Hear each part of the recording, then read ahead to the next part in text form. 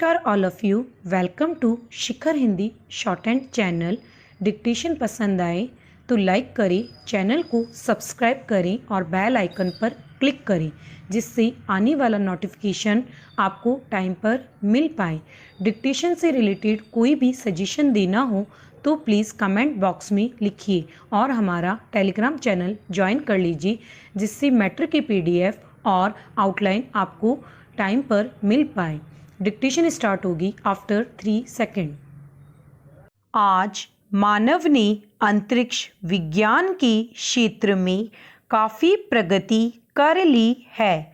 पृथ्वी से इतर ग्रहों के रहस्यों का भेद पाने के लिए एक और वह चांद पर जा पहुंचा है तो दूसरी ओर उसने मानव जीवन में ज्ञान विज्ञान और सुख सुविधाओं का विस्तार करने के उद्देश्य से अंतरिक्ष में अत्याधुनिक तकनीक संपन्न विभिन्न प्रकार के उपग्रहों को स्थापित करने में अद्भुत सफलता प्राप्त की है। अंतरिक्ष प्रौद्योगिकी के क्षेत्र में अद्भुत उपलब्धियां प्राप्त करने वाले विश्व के चंद देशों में आज भारत भी शामिल है। आज भारत अंतरिक्ष अनुसंधान के क्षेत्र में विश्व में अपना विशेष स्थान रखता है। वह अपने विभिन्न अंतरिक्ष कार्यक्रमों के बल पर शिक्षा, सूचना एवं संचार आदि के क्षेत्र में विशेष प्रगति कर चुका है। Stop para. भारत में अंतरिक्ष अनुसंधान की दिशा में महान वैज्ञानिक डॉक्टर विक्रम साराभाई का सर्वाधिक योगदान रहा है। डॉक्टर साराभाई ने ही भारत में अंतरिक्ष कार्यक्रमों की शुरुआत की थी जिसके फलस्वरूप कई भारतीय उपग्रह अंतरिक्ष में छोड़े गए और सूचना एवं संचार के क्षेत्र में देश में अभूतपूर्व क्रांति का सूत्रपात हो सका। वर्ष 1962 में डॉक्टर साराभाई को भारत में अंतरिक्ष अनुसंधान एवं विकास की जिम्मेदारी सौंपी गई। उन्होंने भारत को अंतरिक्ष युग में ले जाने में अग्रणी भूमिका निभाई, इसलिए उन्हें भारतीय अंतरिक्ष कार्यक्रमों का जनक कहा जाता है। Stop para.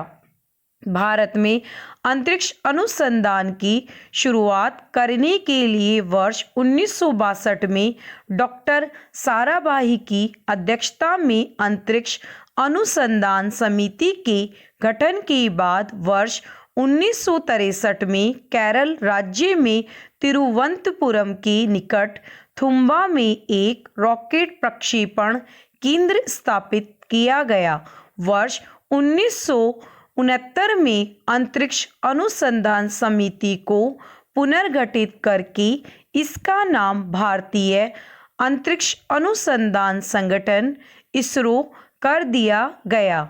इसके बाद देश में अंतरिक्ष अनुसंधान को मजबूत वित्तीय आधार प्रदान करने के लिए वर्ष 1972 में केंद्र सरकार द्वारा एक अलग अंतरिक्ष विभाग एवं अंतरिक्ष आयोग का गठन किया गया। Stop para. 19 अप्रैल 1975 को तत्कालीन सोवियत संघ की मदद से प्रथम भारतीय अंतरिक्ष उपग्रह आर्यभट्ट के प्रक्षेपण के साथ ही भारत ने अंतरिक्ष युग में प्रवेश किया। इस उपग्रह का निर्माण एक्सरे, एस्ट्रोनॉमी, एरोनॉमिक्स और सौर भौतिकी के क्षेत्र में उन्नति के लिए किया गया था।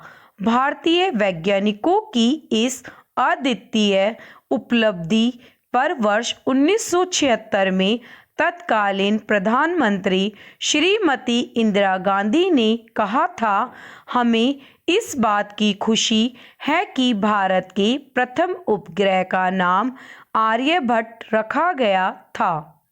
हमारा यह उपग्रह भारतीय वैज्ञानिकों की योग्यता और परिश्रम का प्रतीक है। 20वीं सदी के 70 का दशक भारतीय अंतरिक्ष कार्यक्रमों की प्रयोग का युग था। इस दौरान भास्कर, रोहिणी एवं एप्पल जैसी कई उपग्रह प्रक्षेपित किए गए। Stop para.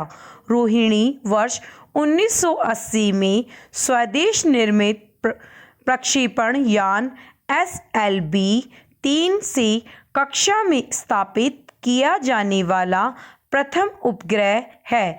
इसके अंतर्गत प्रक्षेपित किए गए 4 उपग्रहों में से 3 सफलतापूर्वक कक्षा में स्थापित हुए। 8वें दशक के प्रारंभ में पूर्व राष्ट्रपति डॉक्टर APJ अब्दुल कलाम के नेतृत्व में उपग्रह लॉन्च करने की तकनीक विकसित करने हेतु satellite launch vehicle SLV project शुरू किया गया।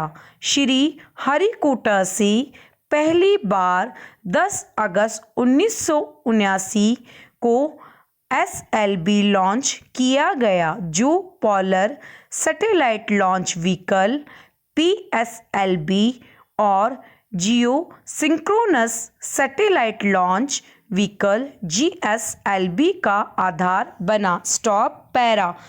PSLV को इंडियन रिमोट सेंसिंग को प्रक्षेपित करने और GSLV को भूस्थितिक कक्षाओं में इनसैट उपग्रहों को प्रक्षेपित करने हेतु विकसित किया गया था।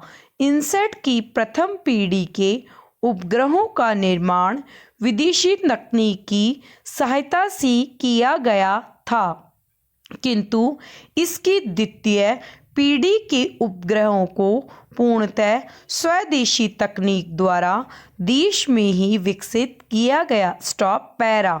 भारतीय राष्ट्रीय उपग्रह प्रणाली इनसैट एक बहुउद्देशीय उपग्रह प्रणाली है। यह अंतरिक्ष अनुसंधान संगठन द्वारा शुरू किया गया भूस्थिर उपग्रहों की श्रृंखला है। यह अंतरिक्ष विभाग, दूरसंचार विभाग, भारतीय मौसम विभाग, आकाशवाणी एवं दूरदर्शन का संयुक्त उद्यम है। इसलिए यह भारतीय अर्थव्यवस्था के अनेक महत्वपूर्ण क्षेत्रों में सेवाएं उपलब्ध कराती है। इनमें से सबसे महत्वपूर्ण दूरसंचार क्षेत्र है, जो इनसैट मोबाइल उपग्रह सेवा के साथ साथ बीसैट सेवाएं भी देता है। इनसे टेलीविजन प्रसारण एवं पुनर्वितरण को भी काफ़ी लाभ हुआ है। इनसैट के कारण भारत में बड़ी संख्या में स्थापित स्थलीय पुनर्प्रसारण ट्रांसमीटरों से करोड़ों लोगों तक टेलीविज़न की पहुंच हो गई है। इसके अतिरिक्त इनसैट के कारण ही प्रशिक्षण और विकासात्मक शिक्षा के लिए विशेष चैनल उपलब्ध करा पाना संभव हो पाया है। शिक्षा के प्रसार के लिए विशेष उपग्रह इंडोसैट एजुकेशन थ्रू सैटेलाइट का भी प्रक्षेपण किया गया है।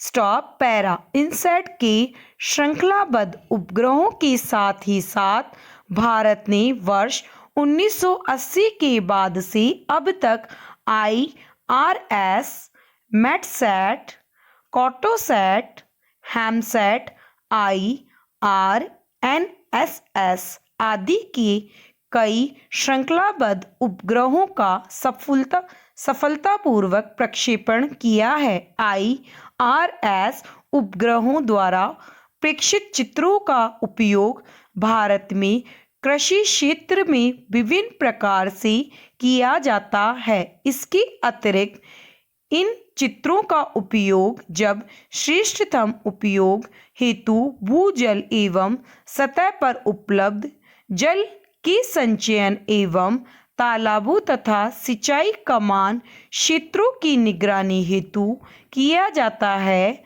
वन सर्वेक्षण बंजर भूमि पहचान तथा उन्हें पुनः उपज योग्य बनाने का कार्य भी इन चित्रों के माध्यम से किया जाता है। साथ ही साथ इनका उपयोग खनिजों के अन्वेषण एवं संभावित मत्स्य क्षेत्रों की भविष्यवाणी हेतु भी किया जाता है। आज भारत द्वारा प्रक्षेपित किए गए कई सुदूर संवेदी उपग्रहों का उपयोग राष्ट्रीय एवं अंतर्राष्ट्रीय स्तर पर किया जाता है। स्टॉप।